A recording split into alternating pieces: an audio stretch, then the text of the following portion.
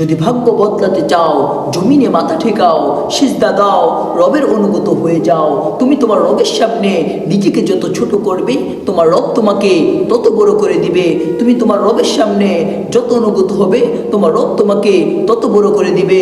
তুমি তোমার রবের সামনে আত্মসমর্পণ করো, আয় আল্লাহ তুমি আমাকে মাফ করে দাও, আমি অনেক গুনাহ করে ফেলছি, আমি অনেক খারাপ কাজ করে ফেলছি। আয় আল্লাহ আমি এতই গুনাহ করেছি, যদি আমার গুনার খবর আমার মা জানে আমাকে ঘর থেকে বের করে দিবে। যদি আমার গুনার খবর আমার বাবা জানে আমাকে ঘর থেকে বের করে দিবে। যদি আমার গুনার খবর আমার পাড়া প্রতিবেশীরা জানে তাহলে আমাকে সমাজ থেকে বের করে দিবে। যদি আমার গুনার খবর আমার দাদা জানে তাহলে আমার নাতি বলে তার নাতি বলে আমাকে পরিচয় দিবে না। যদি তা আমার গুনার খবর আমার নানা নানি জানে তাহলে আমাকে নাতি বলে পরিচয় দিবে না। যদি সমাজের লোকরা আমার গুনার খবর জানে তাহলে সমাজ থেকে আমাকে বের করে দিবে। যদি আমার গুনার খবরগুলো আমার ভাই বোনেরা জানে, বোনরা আমাকে তার ভাই বলে পরিচয় দিবে না। আয় আল্লাহ তুমি কত মেহেরবান ওয়ালা, এত গুনার খবর তুমি জেনো আমার গুনাহগুলো প্রকাশ করো না। আয় আল্লাহ এই দুনিয়াতে যতদিন বাঁচি, এই দুনিয়াতে যতদিন বাঁচি তুমি আমার গুনাহগুলো প্রকাশ করো না।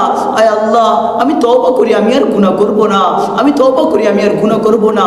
হায় বান্দারা তোমরা যদি এরকম করে তওবা করো তাহলে আল্লাহ অবশ্যই তোমাদেরকে মাফ করে দিবেন। তোমরা তোমাদের বান্দাদের কাছে চাইও না, বান্দাদের কিছু তোমাদের কিছু প্রয়োজন হয় বান্দাদের কাছে চাইবা না।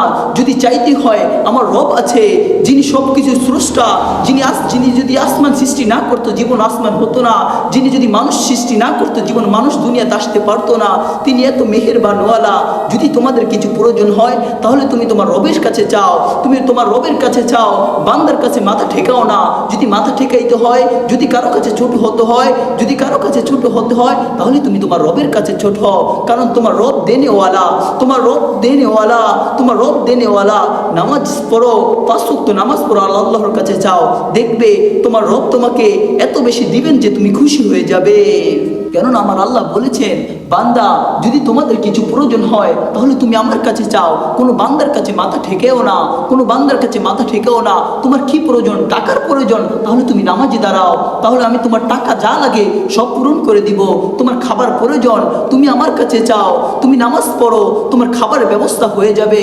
তোমরা বান্দাদের কাছে চাও না, বান্দাদের কাছে রিজিক তালাশ করো না, একমাত্র তোমাদের রবের কাছে রিজিক তালাশ করো, তোমার রব তোমাকে দিবেন। কারণ আল্লাহ তাআলা ওয়াদা করেছেন, কোরআনের মধ্যে আল্লাহ তাআলা ওয়াদা করেছেন যদি কোনো কিছু প্রয়োজন হয়, যদি খাবারের প্রয়োজন হয়, যদি রিজিকের প্রয়োজন হয় তাহলে তুমি আমার 5 ওয়াক্ত হুকুম নামাজ আদায় করো, দেখবে তোমার খাবারের ব্যবস্থা আসমান থেকে আসে পড়বে। তোমার খাবারের ব্যবস্থা তোমার চিন্তা করতে হবে না, তোমার রিজিকের ব্যবস্থা তোমার চিন্তা করতে হবে না, একমাত্র আল্লাহ তোমার রিজিকের ব্যবস্থা করে দিবে।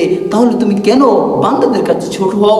তুমি কেন বান্দাদের দুয়ারের কাছে পড়ে থাকো খাবারের জন্য, 2 মুঠো খাবারের জন্য কেন বান্দাদের কাছে পড়ে থাকো? তোমার রব আছে না? কেন আমার আল্লাহ তাআলা কোরআনের ভিতরে যেহেতু বলেছেন তুমি যদি আমার হুকুম আহকাম মেনে চলো তাহলে তোমার সব কিছুর ব্যবস্থা আমি করে দিব। এই জন্যই আল্লাহ তাআলা বলেছেন তোমরা কারো কাছে যেও না, যদি কিছুর প্রয়োজন হয় তাহলে আমার কাছে চাও, আমি তোমার সমস্ত কিছুর ব্যবস্থা করে দিব।